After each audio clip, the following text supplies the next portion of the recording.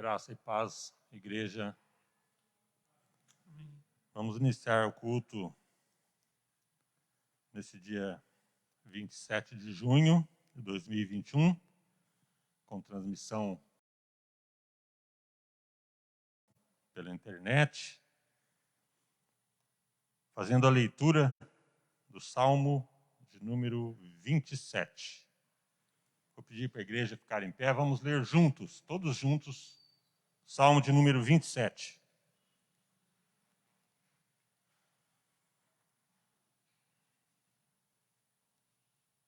Vamos ler juntos. O Senhor é a minha luz e a minha salvação. De quem terei medo? O Senhor é a fortaleza da minha vida. A quem temerei? Quando malfeitores me sobrevêm para me destruir, meus opressores e inimigos, eles é que tropeçam e caem. Ainda que um exército se acampe contra mim, não se atemorizará o meu coração. E se estourar contra mim a guerra, ainda assim terei confiança. Uma coisa peço ao Senhor e a buscarei, que eu possa morar na casa do Senhor todos os dias da minha vida, para contemplar a beleza do Senhor e meditar no seu templo. Pois no dia da adversidade, ele me ocultará no seu pavilhão.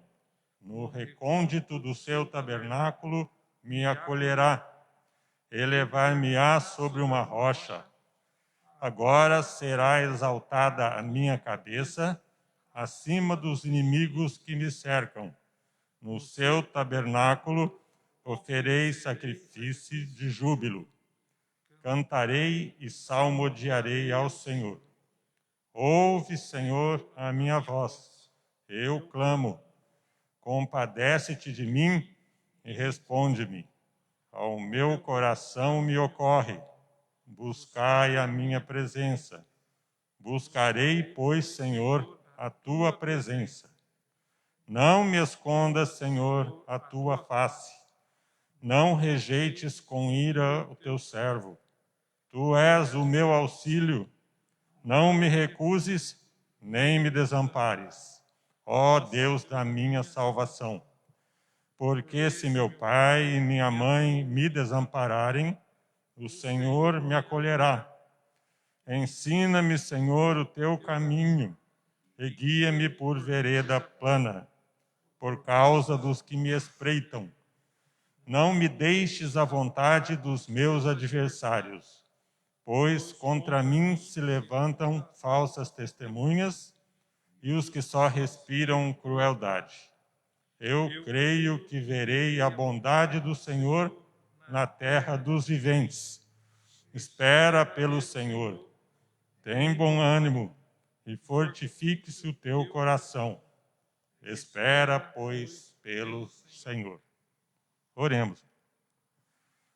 Senhor, nosso Deus, amado Pai que está nos céus, te rendemos graças, ó Deus, porque Tu és um Deus magnífico, um Deus todo-poderoso, mas que se preocupas com cada um de nós. Te agradecemos porque o Senhor é um Deus amoroso, misericordioso, cuidadoso. Te agradecemos, ó Pai, porque o Senhor, aí do alto, ó Pai, do sublime céu, Tu olhas para nós, miseráveis pecadores. Mas nós te cultuamos, ó Pai. Por isso te cultuamos, porque só Tu, ó Pai, mereces a nossa adoração, o nosso louvor. No nome de Jesus é que oramos. Amém. Vamos entoar ao nosso Deus o hino número 19 do Inário Novo Cântico.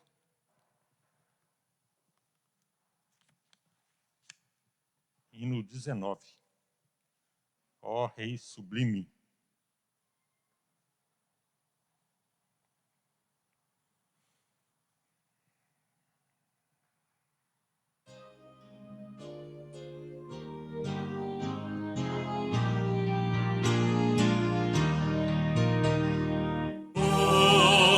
Sublime em majestade e glória, sobre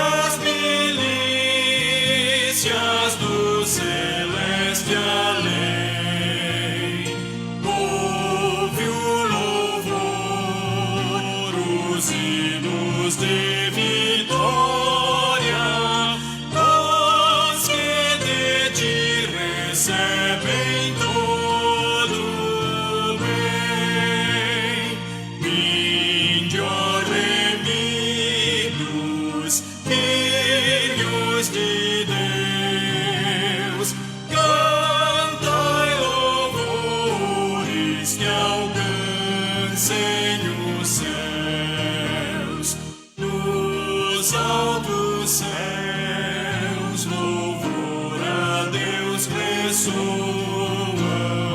e gratidão ao soberano amor, os redimidos com fervor entoam o nome excelso do seu benfeitor.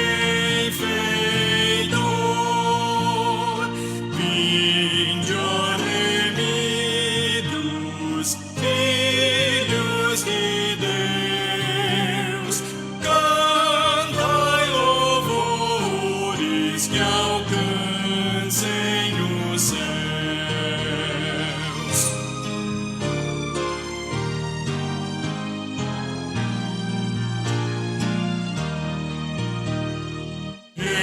Eterno Deus, teus filhos vês prostrados perante o brilho da superna luz, pois do pecado foram resgatados e agora rendem glórias a Jesus. Vinde, ó remidos, filhos de Deus, cantai louvores que alcancem os céus.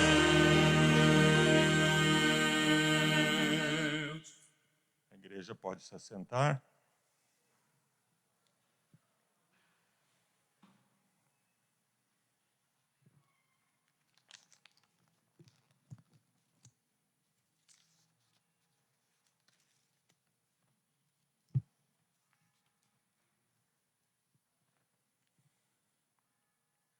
A igreja pode ficar alguns instantes em oração silenciosa, alguns instantes de confissão de pecados. Vamos abaixar nossas cabeças, conversar pessoalmente com o nosso Deus.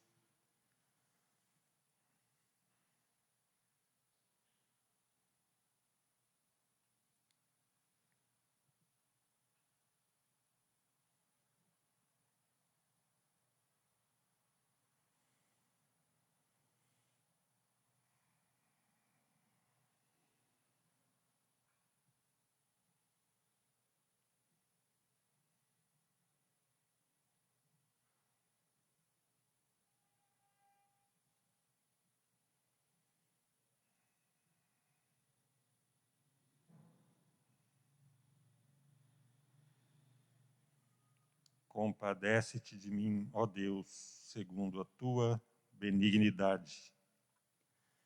E segundo a multidão das tuas misericórdias, apaga as minhas transgressões. Lava-me completamente de minha iniquidade e purifica-me do meu pecado. Pois eu conheço as minhas transgressões e o meu pecado está sempre diante de mim. Pequei contra ti somente, e fiz o que é mal perante os teus olhos, de maneira que serás tido por justo no teu falar, puro no teu julgar. Eu nasci na iniquidade, e em pecado me concebeu minha mãe. Eis que te comprases, na verdade, no íntimo, e no recôndito me fazes conhecer a sabedoria. Purifica-me com isopo, e ficarei limpo. Lava-me e ficarei mais alvo que a neve. Faze-me ouvir júbilo e alegria, para que exultem os ossos que esmagaste. Esconde o rosto dos meus pecados e apaga todas as minhas iniquidades. Cria em mim, ó Deus, um coração puro e renova dentro em mim um espírito inabalável. Não me repulses da tua presença, nem me retires o teu Santo Espírito. Restitui-me a alegria da tua salvação e sustenta-me com o espírito voluntário. Então ensinarei aos transgressores os teus caminhos, e os pecadores se converterão a ti. Livra-me dos crimes de sangue, ó Deus, Deus da minha salvação, e a minha língua exaltará a tua justiça. Abre, Senhor, os meus lábios, e a minha boca manifestará os teus louvores. Pois não te comprazes em sacrifícios, do contrário eu te os daria, e não te agradas de holocaustos. Sacrifícios agradáveis a Deus são o espírito quebrantado, coração compungido e contrito, não o desprezarás, ó Deus. Faze bem a Sião, segundo a tua boa vontade, edifica os muros de Jerusalém. Então te agradarás dos sacrifícios de justiça dos holocaustos e das ofertas queimadas, e sobre o teu altar se oferecerão novilhos. Amém, igreja? Esse é um salmo de Davi, salmo de número 51, quando ele se arrepende dos pecados, confessa o seu pecado a Deus. Agradecemos o nosso Deus pelo perdão dos pecados. Vamos ainda entoar o hino de número 6.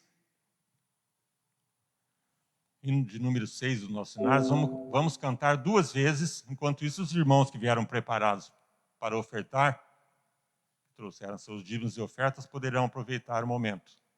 Cantaremos 2 vezes o hino de número 6.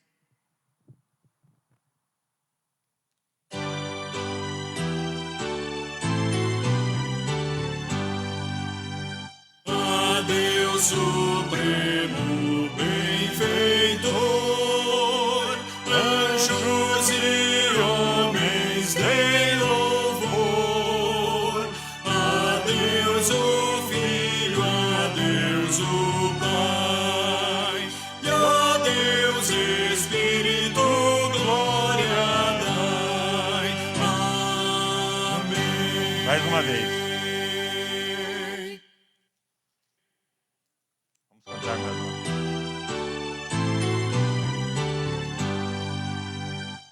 A Deus supremo benfeitor, anjos e homens deem louvor. A Deus o Filho, a Deus o Pai, e a Deus Espírito glória dai.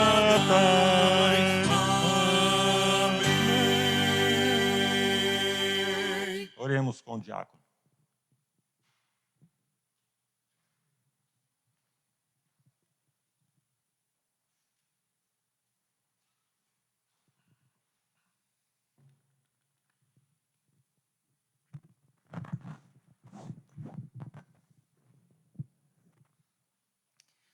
Senhor Jesus, te agradecemos, Senhor, pelo dia, agradecemos, Senhor, pela oportunidade que temos, Senhor, de estar na tua casa, Senhor.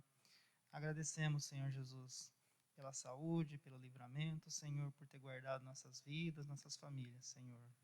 Também agradecemos, Senhor, pelo trabalho, pelo recurso, Senhor Jesus, que, Senhor Jesus, esses recursos, Senhor, possa ser usado na tua obra, Senhor Jesus. Que o Senhor Jesus esteja, Senhor Jesus, com cada pessoa que esteja administrando, Senhor, dízimos e ofertas, Senhor. Abençoa, Senhor, nossas vidas, abençoa, Senhor, a igreja, Senhor. Te agradeço por tudo e perdoa os nossos pecados, em nome de Jesus. Amém.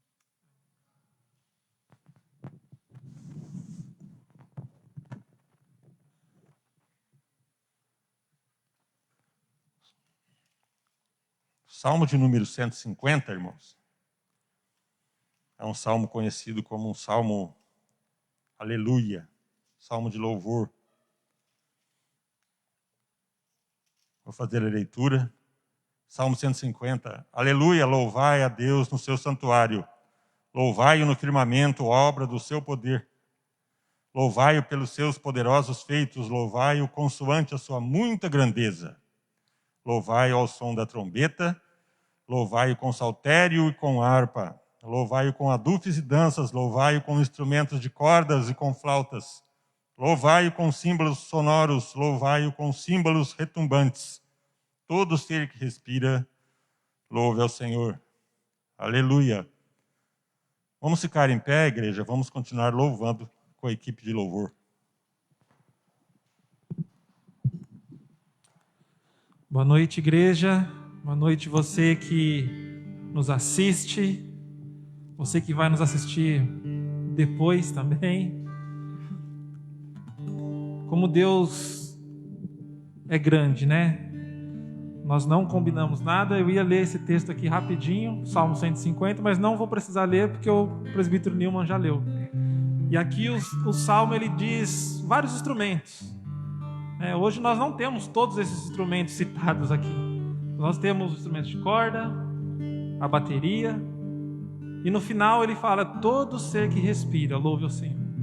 Eu queria convidar você a louvar esse Deus com esse cântico Jesus Cristo mudou meu viver.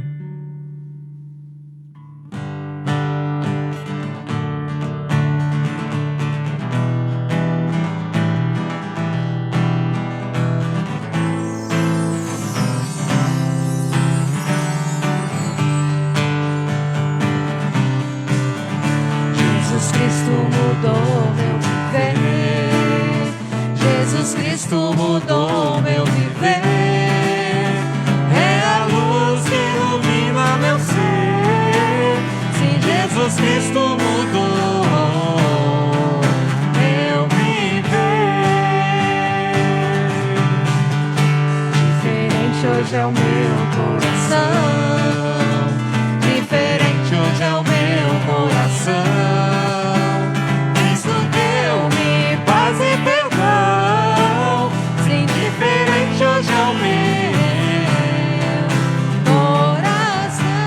Jesus Cristo mudou meu viver.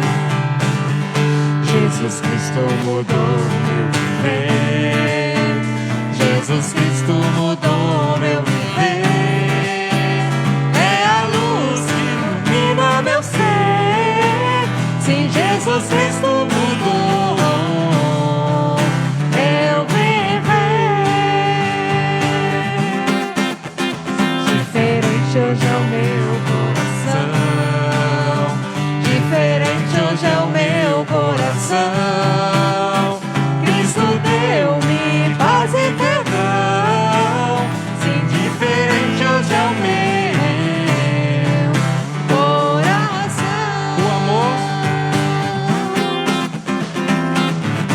O amor só conheci em canções que falavam de ilusões.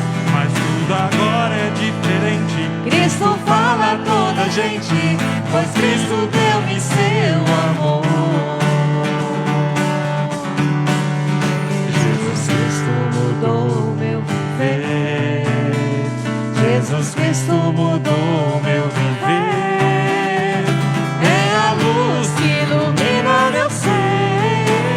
Sim, Jesus Cristo mudou. Sim, Jesus Cristo mudou.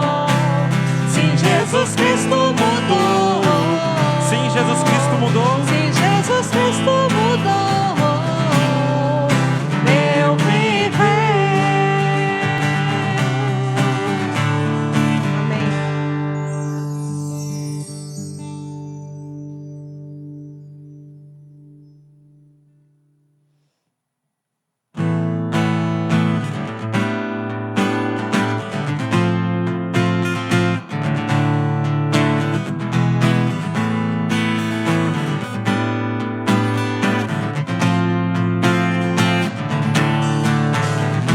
Mergulhar em teu ser, encontrar-me contigo. Meu maior prazer, ser teu amigo. Ouvir tua voz, as batidas do teu coração. Fala, Senhor, ensina-me a tua canção. Mergulhar em teu ser, encontrar-me contigo. Meu maior prazer, ser teu amigo.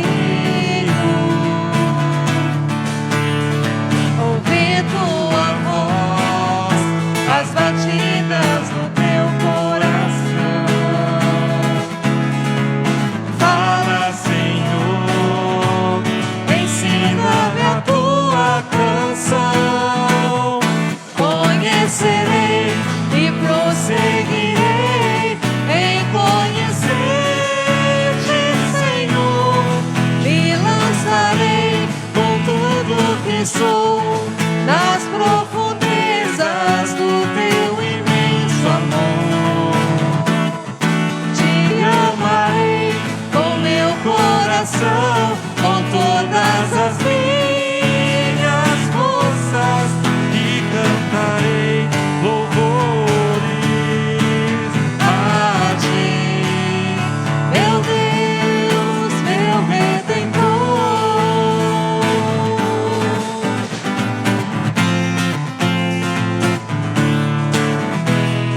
Entrar em teu ser, encontrar-me contigo, meu maior prazer, ser teu amigo. Ouvir tua voz, as batidas do teu coração. Fala, Senhor, ensina-me a tua canção. Conhecerei e prosseguirei em conhecer-te, Senhor. Me lançarei com tudo que sou, nas profundezas do teu imenso amor. Te amarei com meu coração, com todas as minhas forças, e cantarei louvores a ti, meu bem, meu Redentor. A ti, meu Deus, meu Redentor.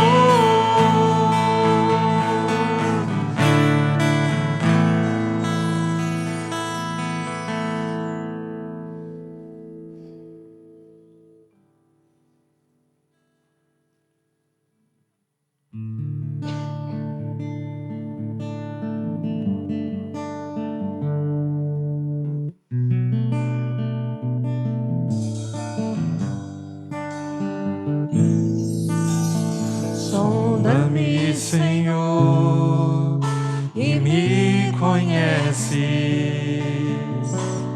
Quebranta o meu coração. Transforma-me conforme a tua palavra, e enche-me até que em mim se ache só a ti. Então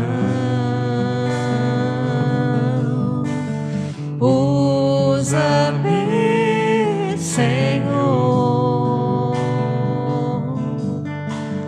usa-me como um farol que brilha à noite, como ponte sobre as águas, como abrigo no deserto, como flecha que acerta o alvo. Eu quero ser usado da maneira que te agrade, em qualquer hora e em qualquer lugar.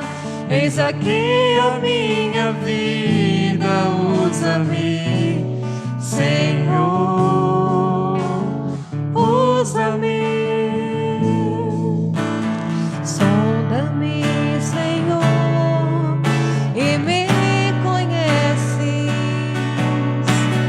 Quebranta o meu coração. Transforma-me conforme a tua palavra, e enche-me até que em mim se ache só a ti. Então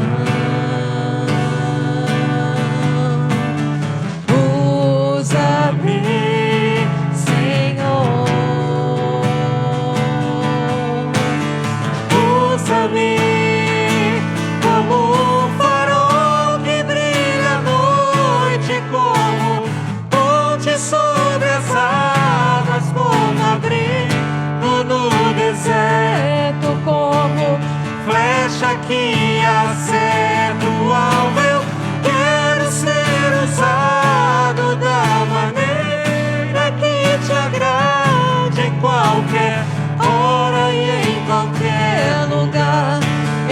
aqui a minha vida, usa-me, Senhor, usa-me, sonda-me, quebranta-me, transforma-me, enche-me, sonda-me, quebranta-me, transforma-me, enche-me, sonda-me, quebranta-me, transforma-me, enche-me e usa-me, Senhor, como um farol que brilha à noite, como ponte sobre as águas, como abrigo no deserto, como flecha que acerta o alvo. Eu quero ser usado da maneira que te agrade, em qualquer hora e em qualquer lugar. Eis aqui a minha vida, usa-me, Senhor, usa-me, sonda-me, quebranta-me, transforma-me, enche-me, sonda-me, quebranta-me, transforma-me, enche-me e usa-me, Senhor, usa-me. Senhor Deus, obrigado, Pai, por essa noite. Obrigado por esse privilégio que nós temos, ó Pai, de estarmos na Tua casa, louvando e engrandecendo o Teu santo nome. Pai, obrigado por ter enviado o Seu Filho Jesus. Obrigado por esse amor que nos alcançou. E que possamos conhecer e prosseguir em conhecer o Senhor dia após dia. Não apenas para ter algo intelectual, mas te conhecer realmente, de verdade. E que possamos praticar tudo aquilo que nós aprendemos e vamos aprender, não nos enganando. E usa as nossas vidas, ó Pai. Usa as nossas vidas por onde passarmos, no trabalho, na escola, na vizinhança. Que mesmo em meio às lutas, às adversidades, ao luto, o Senhor nos dê oportunidade para que o Seu amor possa ser propagado. E usa as nossas vidas como instrumento nas Tuas mãos, Deus. Continue falando ao nosso coração no decorrer dessa noite. Fala aquilo que nós necessitamos ouvir e não o que queremos. E que os nossos ouvidos, os nossos corações possam estar sensíveis nessa noite para ouvir a Tua voz. Esse é o desejo do nosso coração. Em nome de Jesus, para a glória de Jesus. Amém. A igreja, podemos assentar?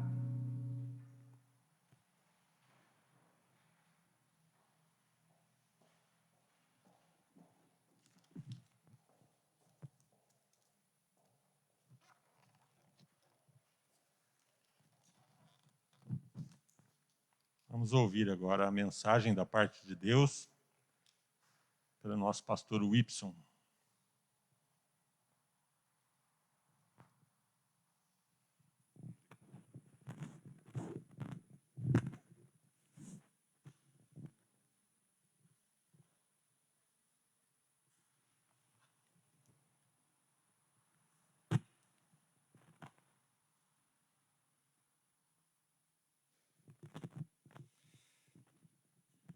Meus queridos irmãos,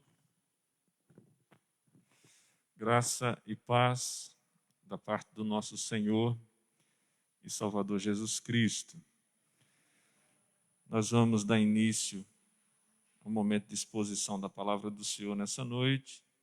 Antes, porém, como usualmente temos feito, e antes mesmo da oração, eu gostaria de fazer referência aqui aos nossos aniversariantes dessa semana.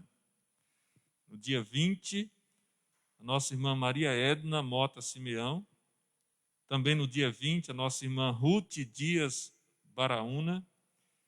E no dia 26, o nosso irmão João Eduardo Pasqualini Tavares. Nós sempre nos lembramos, quando lemos essa referência, esse ano, esses 2 anos, tomou assim uma proporção ou uma maneira diferente de ler. Todas as vezes que eu leio e constato que esses irmãos ainda continuam no hall de membros da igreja militante, a gente fica feliz, se alegra com esses irmãos. Vamos orar, pedindo a Deus que possa abençoar a vida desses irmãos, nos alegrar junto com eles, mas também nos lembrar, como fizemos pela manhã, de orar pela família Rossi, que está de luto, e também pela família das nossas irmãs Abiquele e Camille, que perderam a avó agora nesse final de semana. Vamos buscar a presença do nosso Deus. Senhor, nós estamos aqui reunidos em Tua casa, agradecidos pela oportunidade que o Senhor nos dá de celebrar a vida desses irmãos que completaram mais um ano de vida, que o Senhor derrame sobre a vida deles bênçãos abundantes, levando-os a cada dia a nutrir um coração grato e cheio da Tua presença. Queremos também nos lembrar, ó Deus, daqueles que sofrem, dos irmãos entre nós que estão sofrendo a dor do luto, que o Espírito Santo do Senhor possa estar consolando a estes. Também nos lembramos, ó Deus, de inúmeras famílias em nosso país e fora dele, que estão sofrendo também diante de todas as perdas e todas as vidas que se perdem no meio dessa peste. Que a ação do Teu Espírito Santo também alcance a vida destes e que haja na compreensão de cada um o sentido de valorização da oportunidade de vida que o Senhor nos dá para vivermos em Tua santa presença. Oramos assim, em nome e para a glória de Jesus. Amém. Meus queridos irmãos, nessa noite nós vamos dar sequência à exposição que estamos fazendo no Evangelho de Mateus, capítulo 23. Peço a vocês que abram o texto, mantenham ele aberto. É um texto extenso, nós começamos a expor parte dele, pretendo reavivar na mente de vocês algumas coisas. Mas a sequência daquilo que nós vamos expor nessa noite compreende o versículo 13 até o versículo 36. Texto que farei a leitura a partir desse momento. Então, abra a sua Bíblia em Mateus, capítulo 23, e acompanhe a leitura do verso 13 ao verso 36. Diz assim a palavra do Senhor. Ai de vós, escribas e fariseus, hipócritas, porque fechais o reino dos céus diante dos homens, pois vós não entrais e nem deixais entrar os que estão entrando. Ai de vós, escribas e fariseus, hipócritas, porque devorais as casas das viúvas e para o justificar fazeis longas orações. Por isso sofrereis juízo muito severo. Ai de vós, escribas e fariseus, hipócritas, porque rodeais o mar e a terra para fazer um prosélito, e uma vez feito, o tornais filho do inferno 2 vezes mais do que vós. Ai de vós, guias de cegos, que dizeis, Quem jurar pelo santuário, isso é nada. Mas se alguém jurar pelo ouro do santuário, fica obrigado pelo que jurou. Insensatos e cegos, pois qual é maior, o ouro ou o santuário que santifica o ouro? E dizeis, quem jurar pelo altar, isto é nada. Quem, porém, jurar pela oferta que está sobre o altar, fica obrigado pelo que jurou. Cegos, pois qual é maior, a oferta ou o altar que santifica a oferta? Portanto, quem jurar pelo altar, jura por ele, e por tudo o que sobre ele está. Quem jurar pelo santuário, jura por ele e por aquele que nele habita. E quem jurar pelo céu, jura pelo trono de Deus e por aquele que no trono está sentado. Ai de vós, escribas e fariseus hipócritas, porque dais o dízimo da hortelã, do endro e do cominho, e tendes negligenciado os preceitos mais importantes da lei, a justiça, a misericórdia e a fé. Devis, porém, fazer estas coisas sem omitir aquelas. Guias cegos, que coais o mosquito e engolis o camelo. Ai de vós, escribas e fariseus hipócritas, porque limpais o exterior do copo e do prato, mas estes por dentro estão cheios de rapina e intemperança. Fariseu cego, limpa primeiro o interior do copo, para que também o seu exterior fique limpo. Ai de vós, escribas e fariseus hipócritas, porque sois semelhantes aos sepulcros caiados, que por fora se mostram belos, mas interiormente estão cheios de ossos de mortos e de toda imundícia. Assim também vós, exteriormente, parecem justos aos homens, mas por dentro estão cheios de hipocrisia e de iniquidade. Ai de vós, escribas e fariseus hipócritas, porque edificais os sepulcros dos profetas, adornai os túmulos dos justos e dizeis, se tivéssemos vivido no dia de nossos pais, não teríamos sido seus cúmplices no sangue dos profetas. Assim, contra vós mesmos testificais que sois filhos dos que mataram os profetas. Enchei-vos, pois, a medida de vossos pais. Serpentes, raça de víboras, como escapareis da condenação do inferno? Por isso, eis que eu vos envio profetas, sábios e escribas. A uns matareis e crucificareis, a outros açoitareis nas vossas sinagogas e perseguireis de cidade em cidade, para que sobre vós recaia todo o sangue justo derramado sobre a terra, desde o sangue do justo Abel até o sangue de Zacarias, filho de Baraquias, a quem matastes entre o santuário e o altar. Em verdade vos digo que todas estas coisas hão de vir sobre a presente geração. Que Deus, assim, meus irmãos, nos abençoe na exposição desse texto. Algumas coisas para relembrar. O primeiro, que nós estamos lidando aqui com um texto que trata especificamente sobre o último discurso de Cristo, o quinto grande discurso de Jesus em Mateus.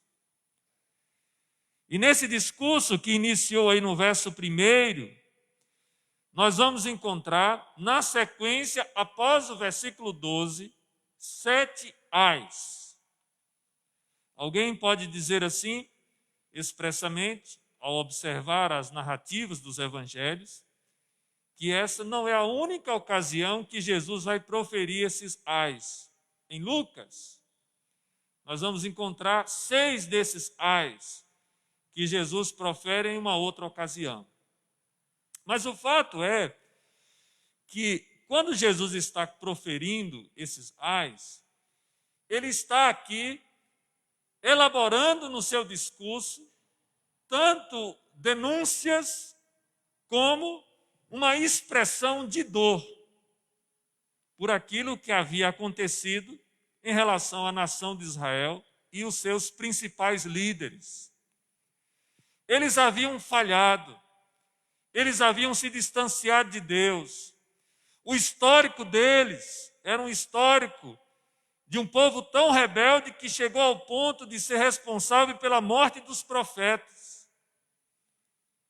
E aqui, expressamente, nós vamos observar que eles estão repetindo a história agora com Jesus, o Filho de Deus. Porque o Evangelho de Mateus, meus irmãos, ele vai se preocupar expressamente por revelar o Messias.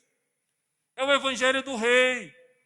É o Evangelho que anuncia a chegada do Messias.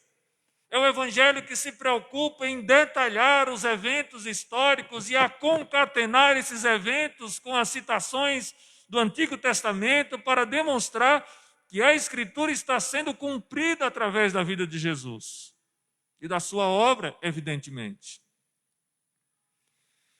Mas quando nós olhamos nessa perspectiva do Evangelho e naquilo que ele vai revelar, naquilo que ele vai trazer de denúncia e de expressão de dor, as palavras que nós encontramos sendo usadas por Jesus são palavras extremamente pesadas. São palavras difíceis de serem absolvidas, mas que são necessárias. Está na Escritura, precisamos lê-las, precisamos conhecê-las, precisamos aplicar esse conceito também à nossa vida, no sentido de fazermos uma autoanálise, de refletirmos se nós não temos, na nossa experiência de vida, nos comportado como estes que estão sendo apontados aqui por Jesus. Mas o mais interessante é que, se você voltar um pouquinho atrás, aí, você vai descobrir que Jesus ainda consegue enxergar nesses fariseus aspectos positivos. Veja o capítulo 23, verso 2 e 3. Ele diz que esses escribas e fariseus se assentaram na cadeira de Moisés, no verso 2. No verso 3, ele diz assim: aos seus discípulos e à multidão que escutam Jesus: fazei e guardai, pois tudo quanto eles vos disserem, porém, não os imiteis nas suas obras, porque dizem e não fazem. Atam fardos pesados e difíceis de carregar, e os põem sobre os ombros dos homens. Entretanto, eles mesmos nem com dedo querem movê-los. Praticam, porém, todas as suas obras com o fim de serem vistos dos homens, pois alargam seus filactérios e alongam as suas franjas. Amam o primeiro lugar nos banquetes e as primeiras cadeiras nas sinagogas, as saudações nas praças e serem chamados mestres pelos homens. Portanto, Jesus faz uma descrição aqui precisa de como era a conduta dos fariseus, elogiando primeiro o fato de que eles ainda conseguiam fazer alguma interpretação íntegra do texto sagrado, mas demonstrando que a prática deles era algo deplorável. E aí, aqui nós já aprendemos uma primeira lição. Meus queridos irmãos, quando nós nos relacionamos com Deus, nós precisamos nos relacionar como um todo. Não pode ser apenas uma parte. A nossa experiência com Cristo, com o Evangelho, não pode ser uma experiência apenas intelectual. Precisa ser uma experiência completa. Deus precisa falar ao nosso coração. Deus precisa falar ao nosso ser como um todo. A redenção que nós temos em Cristo não está sendo proposta apenas para parte do nosso ser. E quando a Escritura diz e pede a nós que entreguemos o nosso coração a Deus, Filho, dai-me o seu coração, a Escritura está pedindo que nós entreguemos todo o nosso ser a Deus. O corpo e a alma. E não se divide isto, porque senão isso é morte. nós precisamos nos dedicar, nós precisamos nos consagrar totalmente ao Senhor, para que não haja em nossa vida a discrepância que havia na vida dos fariseus. Ao ponto de Jesus dizer que os discípulos e as multidões deveriam fazer o que eles dissessem, mas que não deveriam imitar as suas obras. Ou seja, total falta de correspondência entre aquilo que eles ensinavam e aquilo que eles faziam. Essa é a primeira lição que nós precisamos guardar aqui à luz desse texto. Mas agora que nós entendemos a conformação ou a estruturação desse grupo chamado fariseus e escribas, os fariseus, juntamente com os escribas, os fariseus que se destacavam na interpretação da lei, por isso eram chamados assim, doutores da lei. Agora nós vamos entender os ais.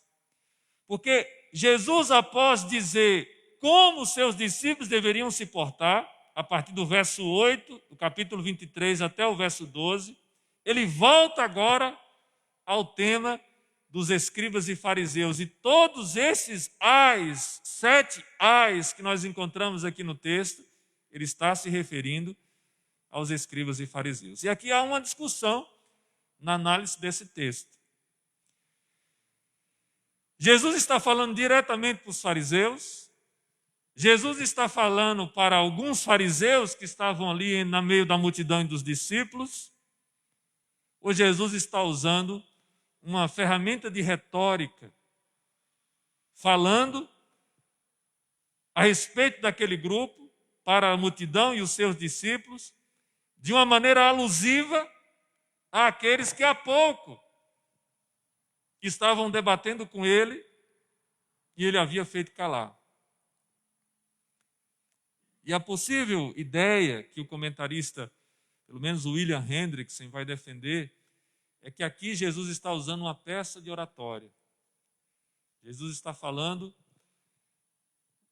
usando a realidade dos escribas e fariseus para falar aos seus discípulos e para falar às multidões. E aí, nesse sentido, meus irmãos, quando a gente descobre esse aspecto do texto, a gente vai cair em si e descobrir que Jesus está falando expressamente para nós nesse texto. Jesus já havia confrontado os escribas, Jesus já havia confrontado os fariseus, Jesus já havia confrontado os saduceus, Jesus já havia respondido com que autoridade ele estava ali no templo pregando o evangelho. Jesus agora está junto com seus discípulos e a multidão, conforme diz o capítulo 23, verso 1.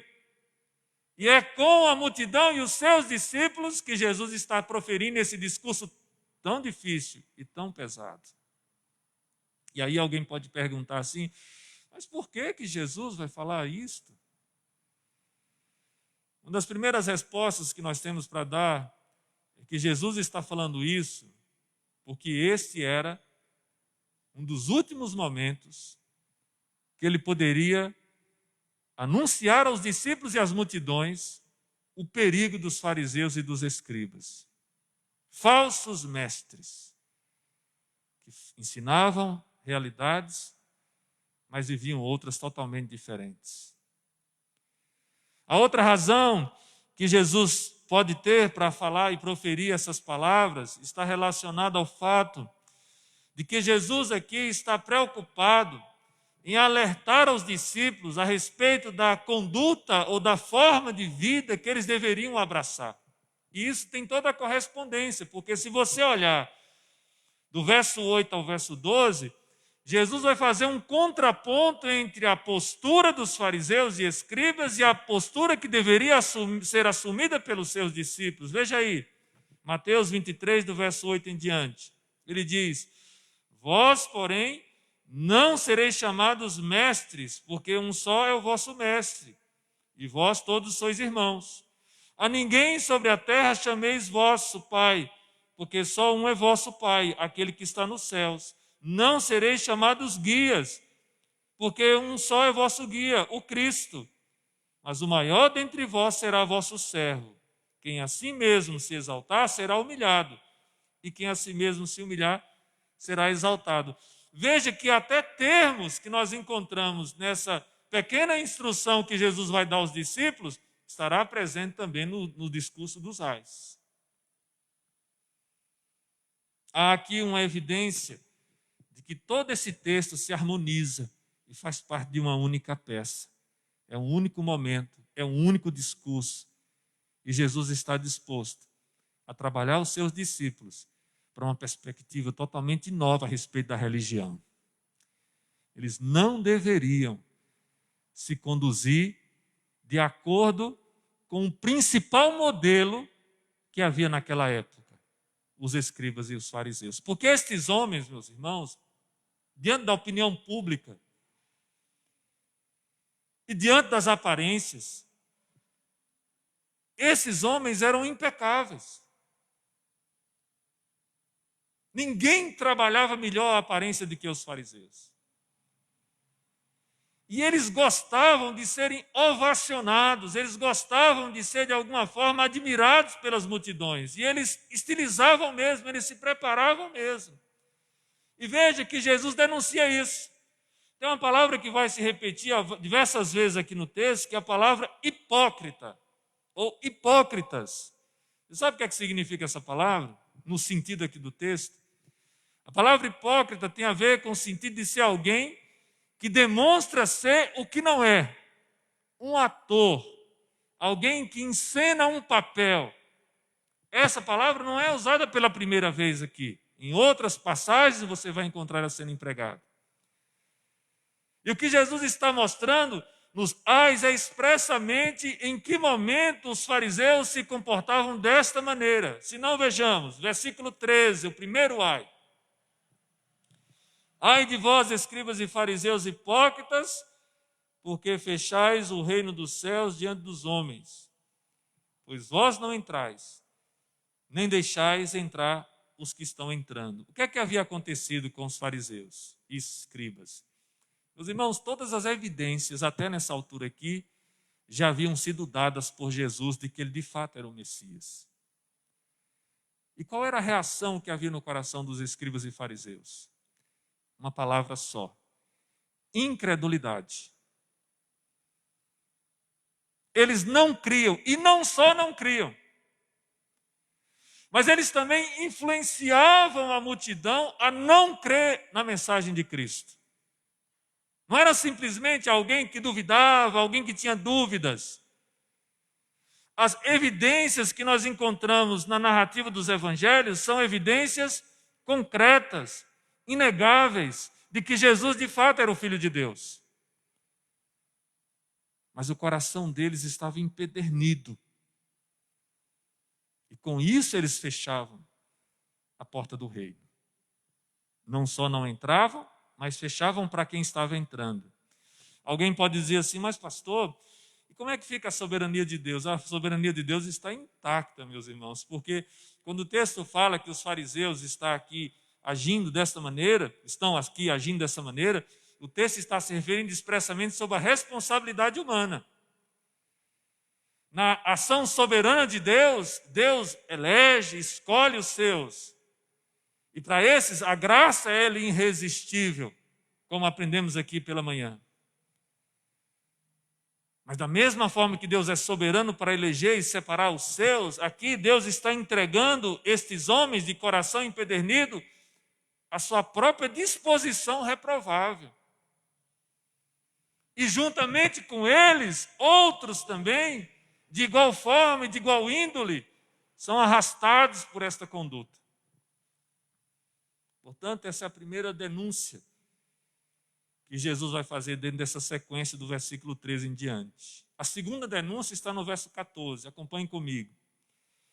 Ele diz: ai de vós, escribas e fariseus hipócritas, porque vocês devorais a casa das viúvas, e para justificar, fazeis longas orações, por isso sofrereis juízo muito mais severo. E aí você precisa entender aqui o contexto. Esses homens que eram considerados santos, eles tinham suas técnicas de retirar o dinheiro do povo. Qualquer semelhança não é mera coincidência que nós encontramos hoje em alguns cenários de igrejas evangélicas, inclusive. Eles sabiam a forma de comover o povo, de atrair, de chamar a atenção do povo. E o que é que um fariseu fazia com eficiência? Ele era alguém que gostava de orar nas praças e fazer aquelas longas orações. Agora, uma particularidade que você pode não estar lembrando é que o fariseu ele ganhava a oferta pelo tempo que ele gastava orando. É por isso que o texto Jesus em outros momentos vai condenar aquelas longas orações que eles estão fazendo, porque eram orações não preocupadas em direcionar a petição a Deus, mas estavam preocupados com o lucro. E aqui Jesus está fazendo a referência que eles vão extorquir não só dos ricos, mas também das viúvas, daquelas mulheres que tinham um sustento limitado. E eles usavam os mesmos ardis para, de alguma forma, extorquir dessas mulheres. Por isso o texto diz: devorais as casas das viúvas. E por isso são reprovados aqui por Jesus. E há uma expressão bastante peculiar que Jesus vai dizer: sofrereis juízo muito mais severo. Porque Jesus reconhece que Deus é quem julga, é quem cuida, é quem zela da causa dos órfãos e das viúvas.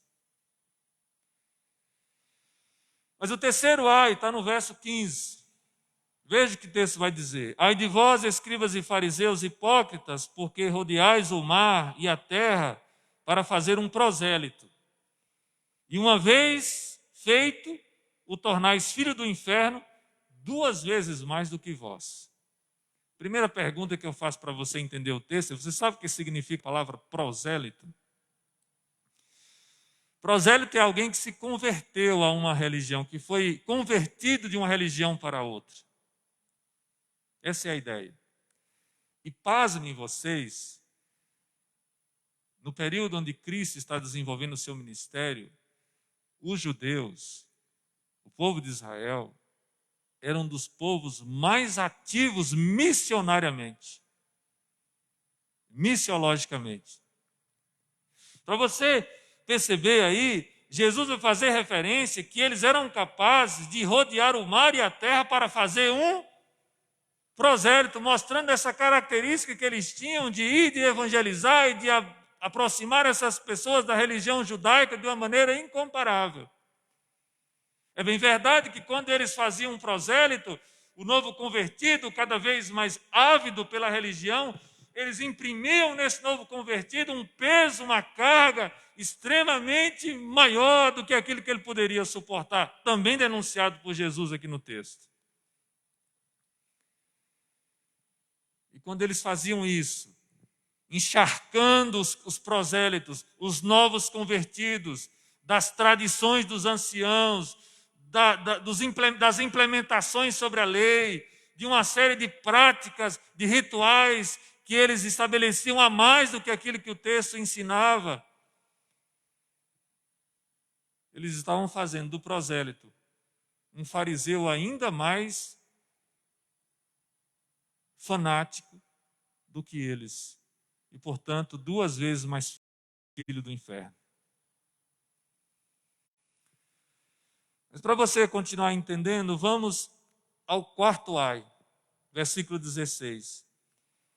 Ai de vós, guias de cegos, que dizeis: quem jurar pelo santuário, isso é nada. Mas se alguém jurar pelo ouro do santuário, fica obrigado pelo que jurou. Isso vai se repetir por diversos trechos aqui até o verso 22. E Jesus vai chamá-los de insensatos e cegos. Agora, a referência que você precisa perceber aqui em destaque para compreender é o que necessariamente é guias cegos. Uma pessoa deficiente visual, naquele contexto, para ela se locomover, ela precisava usar de um guia. uma pessoa que desse o braço para ela e ela pudesse ir se localizando nos espaços, nas localizações, evitando os obstáculos, para que ela pudesse, assim, transitar pelo ambiente onde as pessoas estavam juntas. A pergunta é, e um guia que cumpre esse trabalho e que não enxerga? Qual seria o resultado? Um cego guiando outro cego. O que é que você acha que vai acontecer se um cego guiando outro cego for atravessar uma faixa de pedestre, por exemplo? E Jesus está dizendo, vocês são guias cegos. Vocês não só não enxergam, mas vocês também guiam outros para a mesma cegueira. Porque vocês valorizam mais aspectos secundários do que aspectos primários. E é exatamente isso que Jesus está mostrando aqui, quando ele faz essa comparação da maneira como eles tratavam o ouro e o santuário onde ficava o ouro, o altar e onde ficava a oferta do altar. A oferta e o altar que se santificava a oferta. E aí ele vai dizer, portanto, quem jurar pelo altar, jura por ele e por tudo que sobre ele está. Quem jurar pelo santuário, jura por ele e por aquele que nele habita. E quem jurar pelo céu, jura pelo trono de Deus e por aquele que no trono está sentado. Jesus está dizendo, olhem para os aspectos primários e não os aspectos secundários. Mas segue a sequência, é redundante falar a sequência, né? Mas o próximo ai nós vamos encontrar no verso 25. Olha o que diz o texto no verso 25. Ai de vós, escribas e fariseus hipócritas, porque dais o dízimo da hortelã, do endro e do cominho, e tendes negligenciado os preceitos mais importantes da lei, a justiça, a misericórdia e a fé. Devíeis, porém, fazer estas coisas sem omitir aquelas. Guias cegos, que coais o mosquito e engolis o camelo. Agora, essa parte aqui exige uma atenção maior, se você realmente quer entender o texto. A primeira realidade que você precisa enxergar no texto é entender que essa ação meticulosa do fariseu de entregar o dízimo da hortelã e do endro e do cominho, que eram especiarias usadas no tempero da cozinha, se constituía num grande exagero. Porque a lei de Moisés, a lei levítica, tanto Levítico como Deuteronômio, não exigia que a entrega do dízimo fosse algo tão meticuloso assim. E o que é que esses fariseus estão fazendo? Como eles faziam essa troca do que era primário pelo secundário, eles caprichavam na devolução de dízimos e ofertas, inclusive das especiarias, no entanto, negligenciavam preceitos mais importantes da lei, como o texto diz, a justiça, a misericórdia e a fé. Essa é a primeira realidade que nós precisamos considerar. Uma segunda realidade é de difícil interpretação a partir do versículo 23. Observe aí, que diz assim, parte B, a justiça, a misericórdia e a fé, devíeis, porém, fazer estas coisas sem omitir aquelas. Alguns vão interpretar esse texto e dizer assim, então Jesus está reforçando que eles deveriam de fato entregar o dízimo do hortelã, do endro e do cominho? Não, Jesus não está falando isso. Jesus está falando assim, olha, o preceito da lei, da mordomia cristã, da fidelidade em devolver dízimos e ofertas, precisa ser preservado e, ao mesmo tempo, cultivar preceitos como a justiça, a misericórdia e a fé. Jesus não está sendo extremado, até porque, como eu já disse, se você corresponder à realidade do princípio da entrega de dízimo e oferta com Levítico e Deuteronômio, não há essa prescrição. O que os fariseus estavam falando nitidamente era um exagero de interpretação e prática, e desculpa, e subterfúgio, Porque quando eles faziam isso, esse preciosismo de entregar o dízimo do hortelã, do ende e do cominho, as pessoas viam aqueles homens e falavam assim, olha que homens piedosos. Eles não deixam de entregar o dízimo nem da hortelã, nem do ende e do cominho. E Jesus denuncia mais uma vez, diz, olha, vocês são extremados e se esquecem de preceitos mais importantes da lei. Guias cegos, que coais o mosquito e engolis o camelo. E aqui tem uma velha discussão sobre que camelo era esse, né? Mas esse texto ele é bem mais claro. O coar o mosquito é aquela ideia de você estar ali tirando a menor fagulha daquela situação. E engolir um camelo era um animal bastante expressivo do tamanho, com uma refeição farta. E Jesus está dizendo, olha, vocês escolhem as coisas pequenas, mas as coisas grandes vocês deixam passar. Por exemplo, esses fariseus que entregavam a oferta do hortelã, do endre e do cominho, quando eles tinham a responsabilidade, porque a lei prescrevia isso, que eles deveriam cuidar dos pais na velhice. O senso de previdência dessa cultura aqui era que os filhos deveriam sustentar os pais na velhice. É um excelente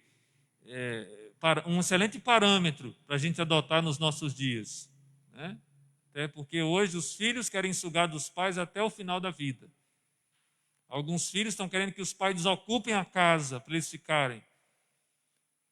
E no caso específico aqui, os filhos eram responsáveis pelos pais. E eles faziam o seguinte, quando eles tinham algum dinheiro, algum bem que eles poderiam dispor para cuidar dos pais, eles diziam, é corbã. E o que significava isso? Que o que ele tinha estava consagrado como oferta ao Senhor. Então, se os pais chegassem pedindo, de alguma forma, ou precisando de alguma ajuda deles, eles falavam, o que eu tenho é corbã. É uma oferta consagrada ao Senhor, eu não posso dispor disso. Nem sempre eles devolviam isso ao templo. Então, eles usavam de desonestidade e, em nome de uma oferta consagrada ao Senhor, negligenciavam um preceito muito mais importante, que era honrar pai e mãe, para que se prolongue os teus dias sobre a face da terra. Lembra disso? Mandamento do Decálogo. Seguindo, meus queridos, o próximo ai, versículo 25, nós temos que correr por conta também da extensão do texto. Ele vai dizer assim, ai de vós, escribas e fariseus hipócritas, porque limpais o exterior do copo e do prato, mas estes, por dentro, estão cheios de rapina e intemperância. Fariseu cego, limpa primeiro o interior do copo, para que também o seu exterior fique limpo. O que é que Jesus está combatendo agora aqui? O que ele está denunciando? O fariseu, ele era extremamente também meticuloso com relação aos rituais. E havia um ritual de purificação da louça que eles utilizavam durante as refeições, que era um negócio impressionante. Ninguém poderia comer sem lavar as mãos, sem cumprir todo um ritual de purificação. Geralmente, na casa de um fariseu, não era normal faltar uma bacia para que os hóspedes pudessem se limpar antes das refeições. E se alguém comesse sem cumprir esse ritual, era considerado impuro. Não sei se vocês se lembram de uma ocasião que Jesus vai participar de um banquete e ele é questionado a respeito disso. É nessa ocasião que Jesus vai dizer, olha, vocês deveriam se preocupar menos com aquilo que é externo. Se preocupem mais com aquilo, se preocupem menos com aquilo que pode vir do externo e contaminar o homem. Se preocupem mais com aquilo que está no coração, porque é do coração que provém as fontes da vida. Eles eram extremamente meticulosos com o que era externo, mas negligenciavam o que era interno. E aqui, meus irmãos, é preciso entender que Jesus está usando uma linguagem simbólica, metafórica. Jesus está falando assim, olha, esses fariseus se preocupam muito com o que é externo, com o que é estético, com o que é aparência. Mas por dentro deles é onde está, de fato, a imundícia.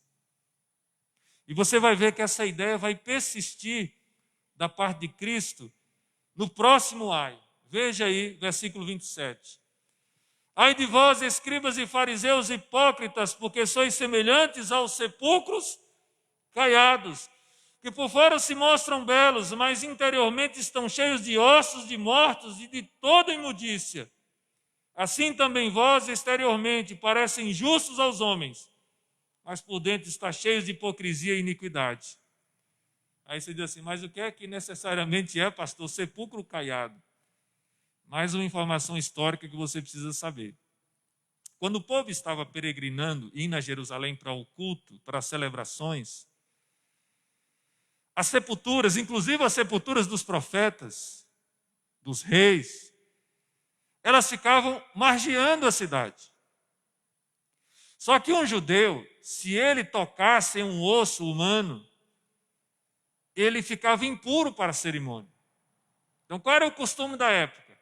Pegava-se os túmulos, e alguns túmulos que se constituem, inclusive, memoriais, e passava cal. Sepulcro caiado é a ideia de um túmulo que foi pintado com cal.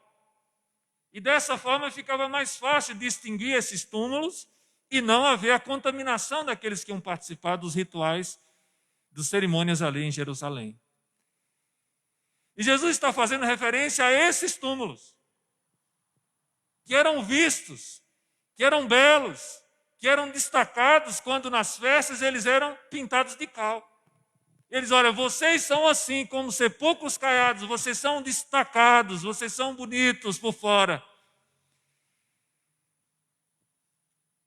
Mas como era natural de se esperar, dentro de todos aqueles túmulos, o que tinha era só ossos e podridão e todo tipo de imundícia.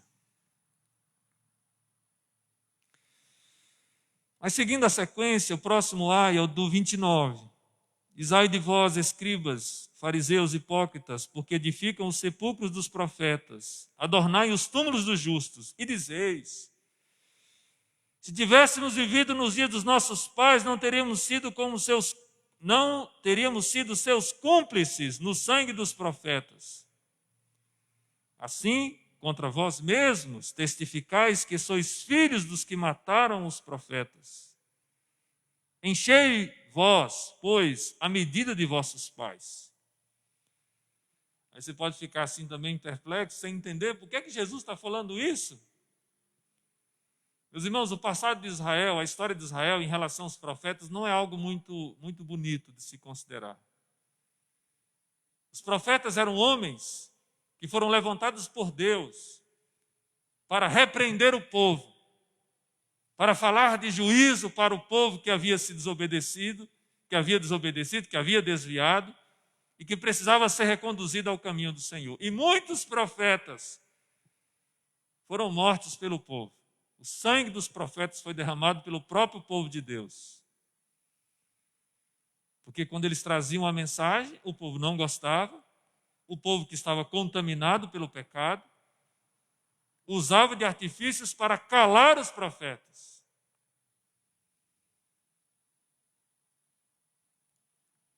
E Jesus está fazendo referência a esses que morreram. Mas esses mesmos fariseus, no embelezamento dos túmulos, que eram também monumentos, eles destacavam esses túmulos. E agora eles estão dizendo assim, olha,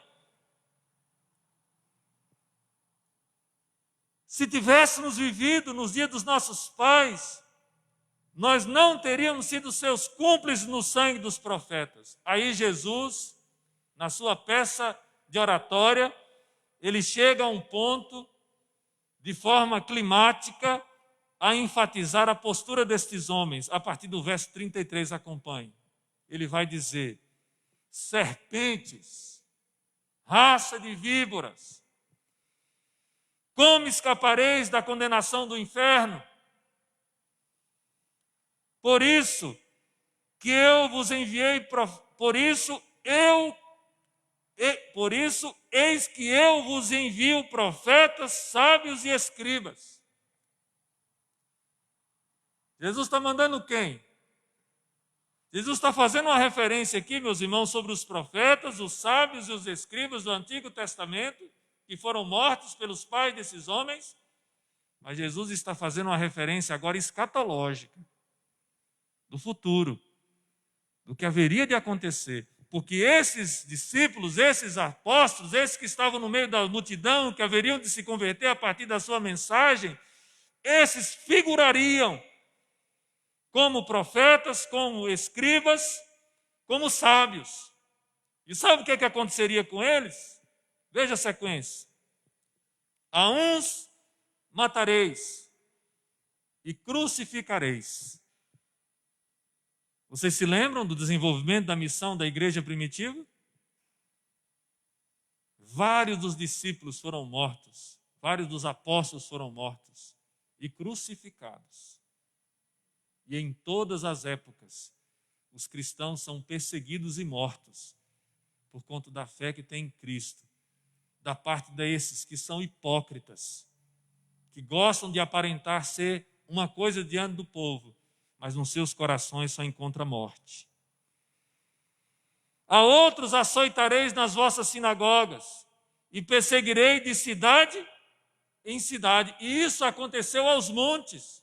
Veja até a referência do apóstolo Paulo, quando ele, antes da sua conversão, perseguia os cristãos de cidade em cidade.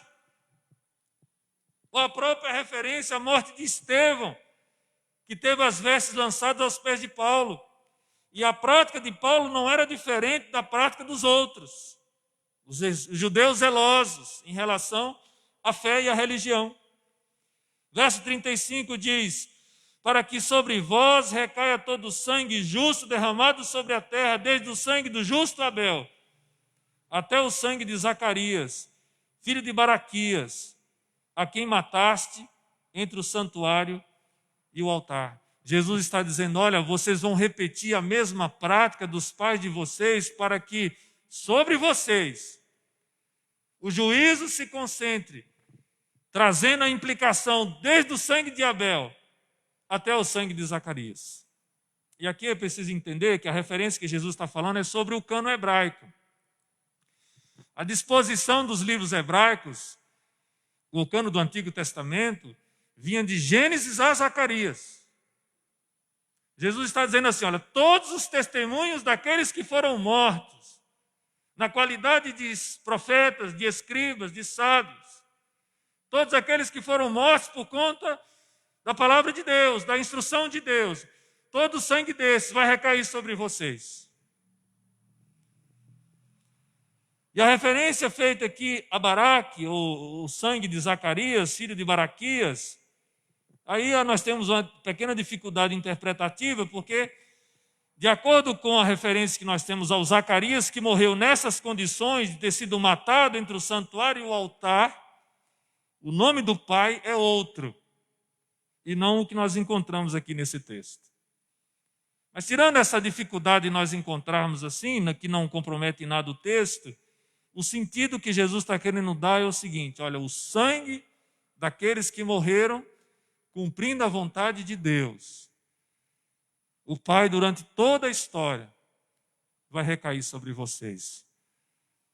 Porque vocês continuaram com o coração empedernido, incrédulos.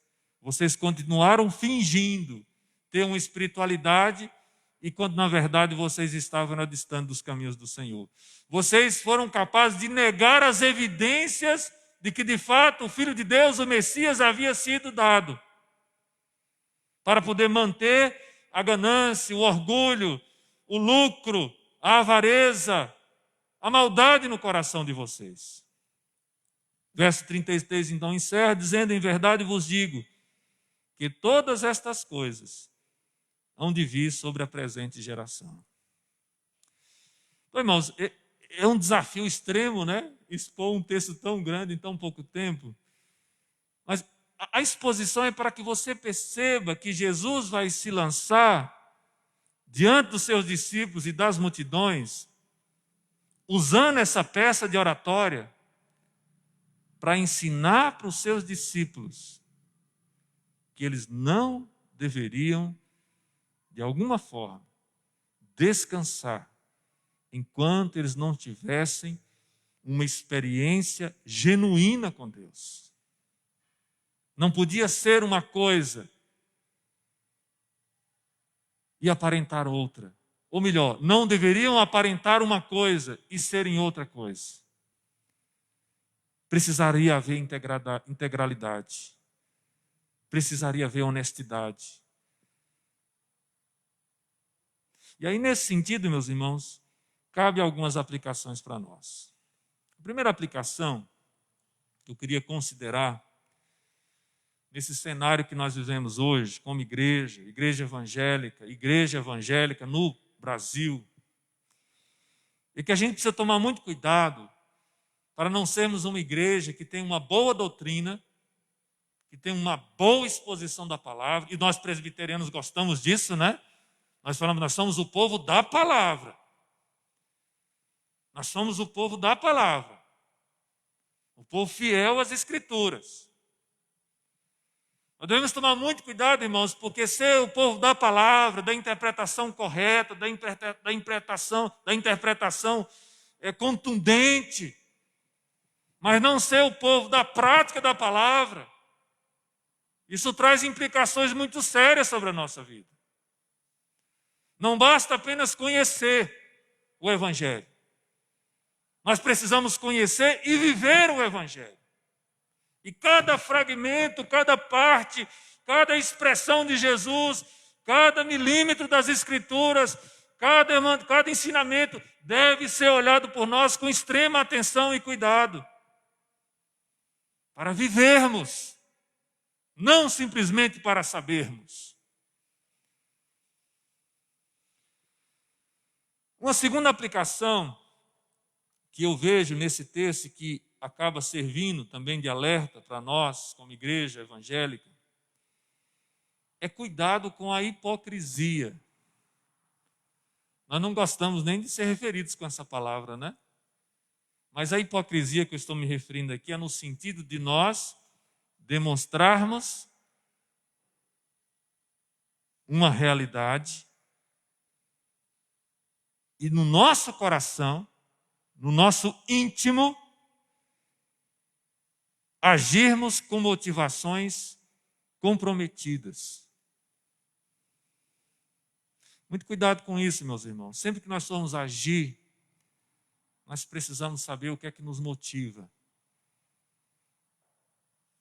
O que nós estamos fazendo, a escolha que nós temos feito, a maneira de nós nos portarmos, aquilo que nós falamos, aquilo que nós calamos, o que é que motiva a nossa ação.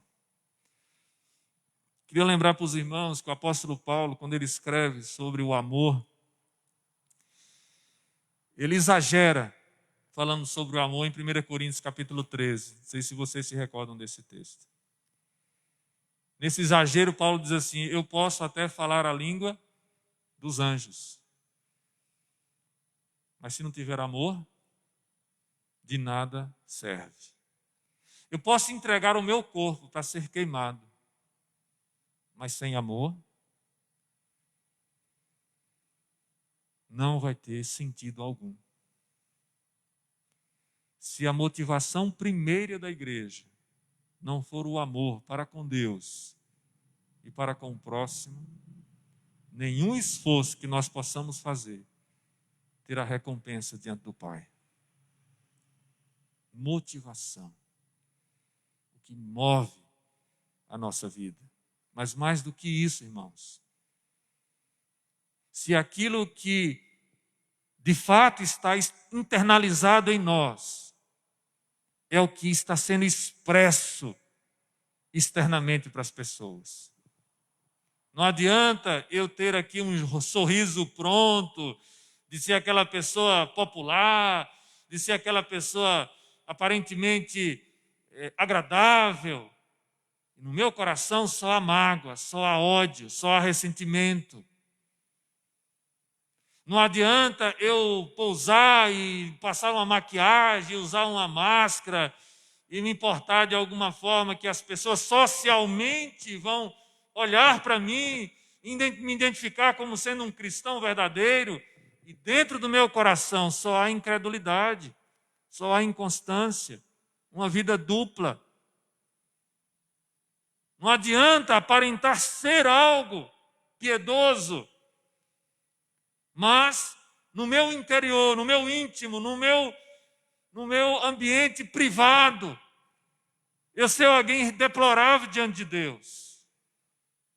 É isso que o texto está denunciando. Cuidado com a hipocrisia. Cuidado com uma vida dissimulada. Cuidado com aquilo que você faz quando ninguém está vendo. Porque Deus sabe ver todas as coisas.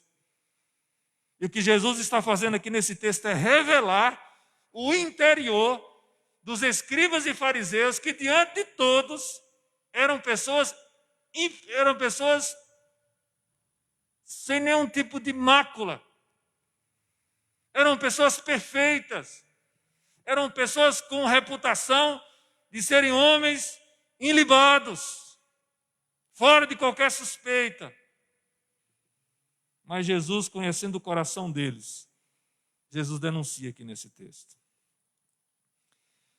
Mas a outra aplicação que eu faria aqui para a igreja nesses dias é que para a gente ser guia, para a gente ser de alguma forma modelo na caminhada cristã, a gente precisa ter uma boa percepção do que é a vida cristã. Cuidado quando você se dispõe a guiar outras pessoas e nem você mesmo consegue enxergar para onde você está indo. Nós somos chamados, meus irmãos, para sermos luz e sal nesse mundo. Os nossos olhos precisam ser iluminados. O nosso coração precisa estar sendo iluminado pelo Espírito Santo de Deus e pela sua palavra. E quando nós nos alimentarmos disto, aí sim, nós seremos capazes de guiar outras pessoas. E isso indistintamente. Mas uma outra aplicação que eu faria para a igreja em nossos dias, cuidado, igreja, que é meticulosa em aspectos pequenos, menores, mas que negligencia a justiça, a misericórdia e a fé.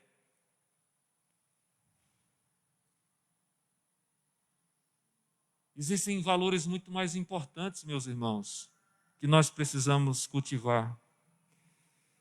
Falar a verdade, sermos pessoas confiáveis, leais, fiéis, muito mais do que o adereço que eu vou usar para vir na igreja. Se o pastor está usando gravata, se o pastor não está usando gravata, se o sotaque do pastor é do Nordeste ou é do Sudoeste, se a maquiagem da irmã, que a irmã usou hoje, está carregada ou não está, se o irmão está usando a roupa da moda ou não, se nós cumprimentamos com ósculo santo ou não, se nós estamos distanciados ou aproximados, se nós tomamos vacina ou não tomamos, se o meu candidato é da linha A ou da linha C.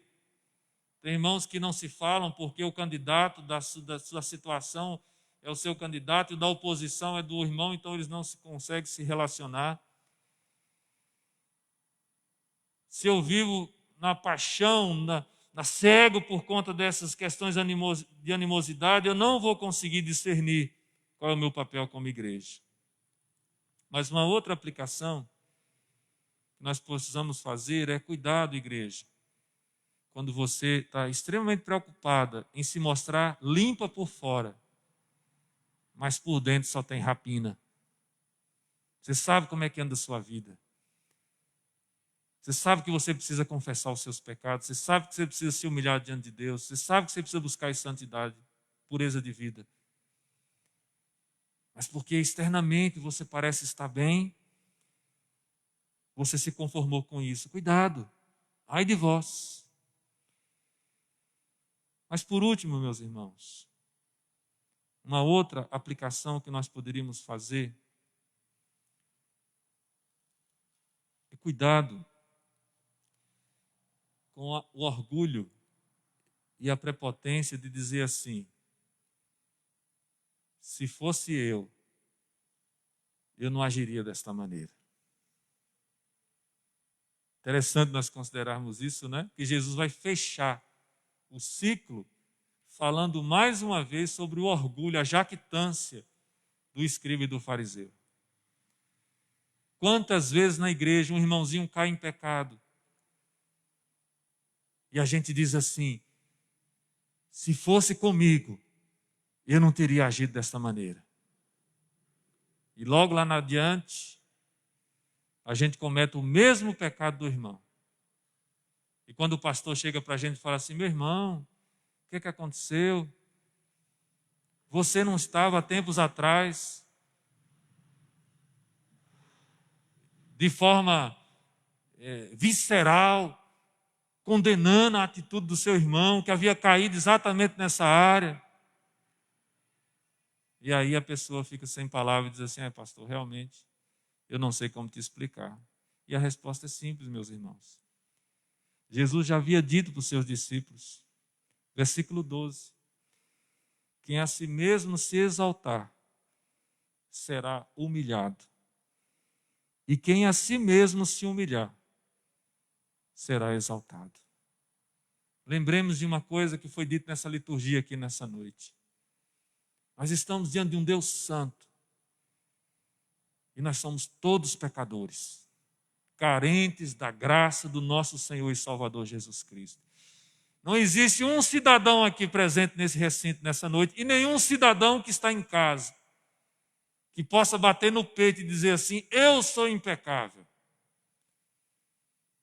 porque eu sou o justo, e não há mácula nenhuma. Todos nós somos pecadores carentes da graça de Deus, e a palavra do Senhor diz que devemos vigiar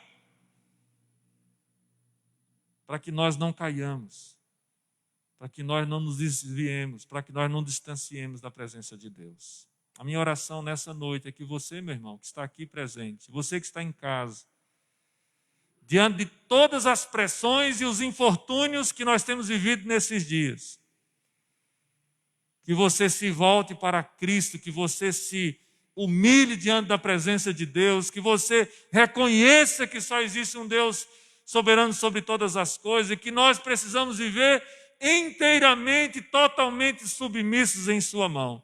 Deus não espera 50% da nossa vida, meus irmãos.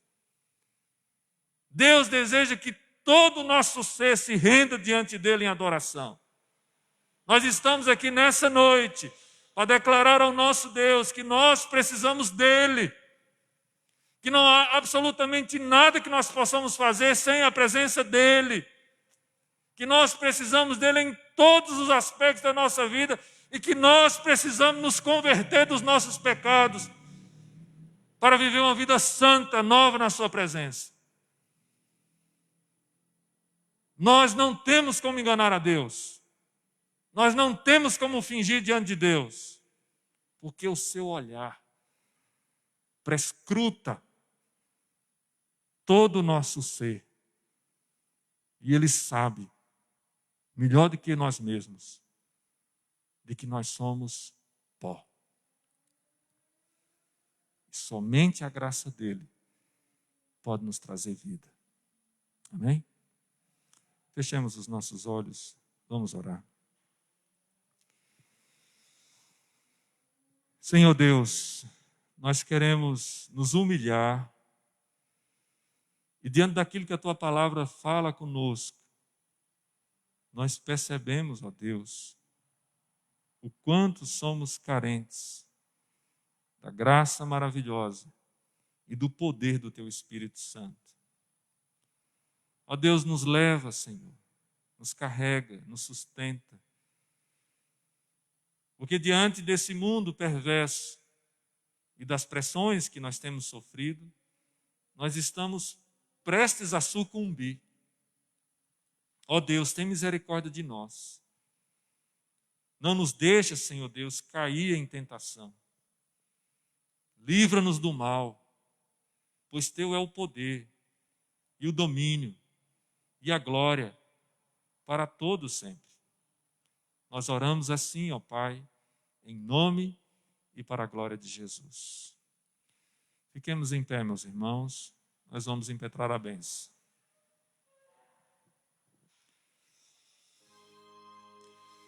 Que a graça do nosso Senhor e Salvador Jesus Cristo, que o amor do Deus Pai, que a ação consoladora do Espírito Santo esteja sobre nós, Igreja do Senhor Jesus.